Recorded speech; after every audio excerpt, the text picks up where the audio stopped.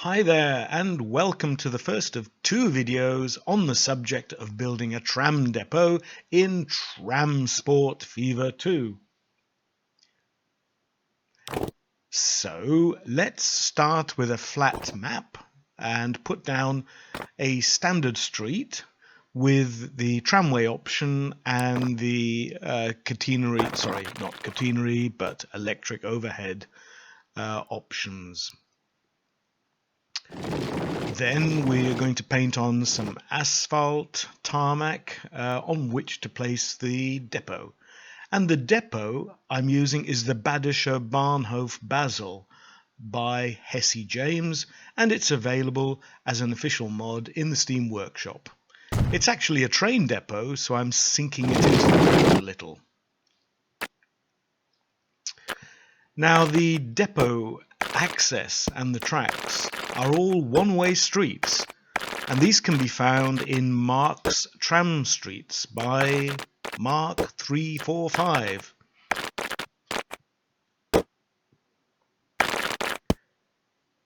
The depot is open to the rear as well as to the front. So I'm running the tracks through the depot all the way through from the back to the front. And I'm following the lines, the standard gauge lines, which are painted on there but have no actual impact on where the trams run. You still have to put down the streets. Doing this can be a bit fiddly, but your patience will be rewarded.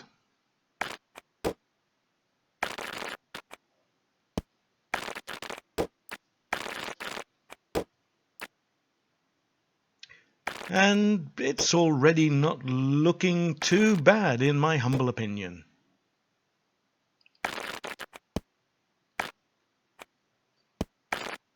I found that adding tracks to the rear was even more fiddly, but then again, who's going to look at the rear of the depot?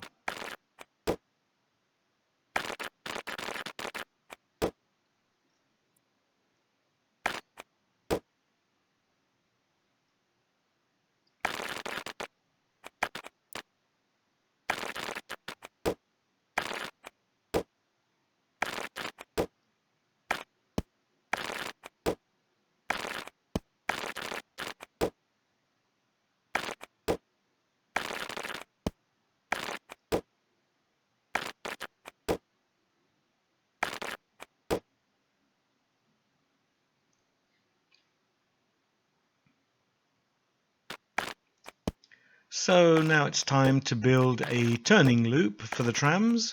You'll see why in a moment. And I'm adding a stop on the turning loop and a second stop just there. But now I'm going to use the ever so useful invisible stop in the VRR Stops mod by Majuen. And I'm placing the first one just after the gatekeeper's hut.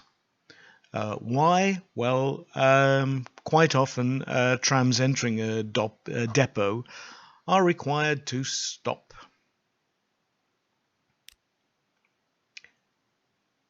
Next, I'm placing an invisible stop inside the depot on track number 1 near the front doors, so that the tram will appear to leave the depot at any particular point in time. By the way, don't worry about the tram stops being invisible. They will show up in the with the stop icons. Now I could also have used waypoints, but waypoints only direct the trams onto a certain track, but they won't stop them. And the idea here is that you can add one or more invisible stops on each depot track. But of course the depot has to be filled with trams, so let's get some trams. These need to be spawned in the usual way with the vanilla tram depot.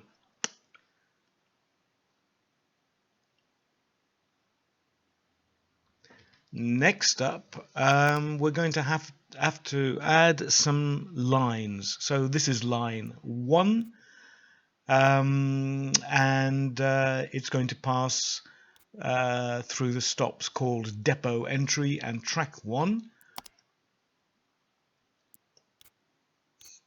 As you're probably aware, you can edit the names of the stops. And now this is line 2 serving the stop called track 2. And I decided to use the excellent Vienna Fever mod because the trams just look so good. And I've allocated different types of trams to the different lines. And here they are on their way into service.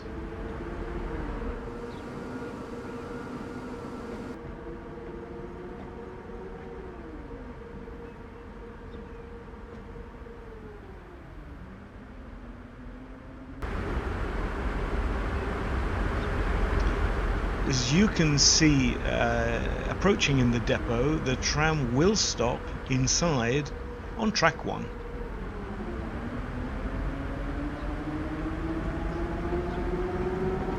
And in the background, another one which is stopping at the depot entry stop, which is also invisible.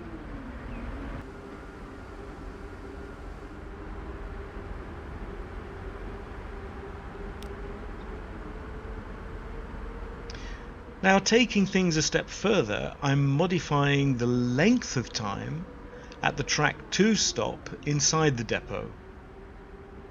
This is a really useful feature, works for buses as well, to define how long a vehicle will remain at the stop. I'm setting it to a minimum of 30 seconds and a maximum of 90 seconds.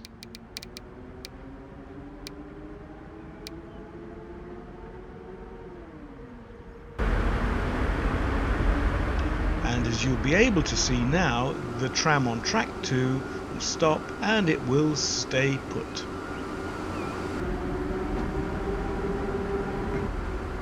I added 2 more lines for tracks 3 and 4 in the depot without invisible stops and simply stopped the trams manually where I wanted to position them.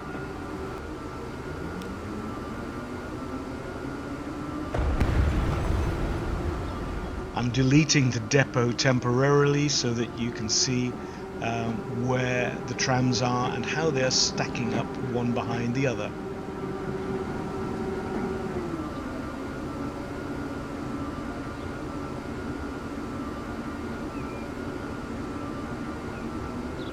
And don't forget to sync the depot because it's too high, being a railway depot.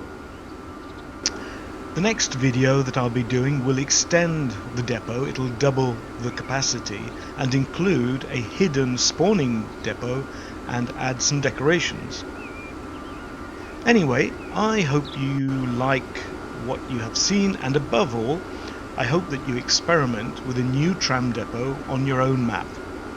And lastly, don't forget to save regularly so that you can go back if you happen to screw things up, which I hope you won't. But just be careful when you're doing your mods. So, see you in the next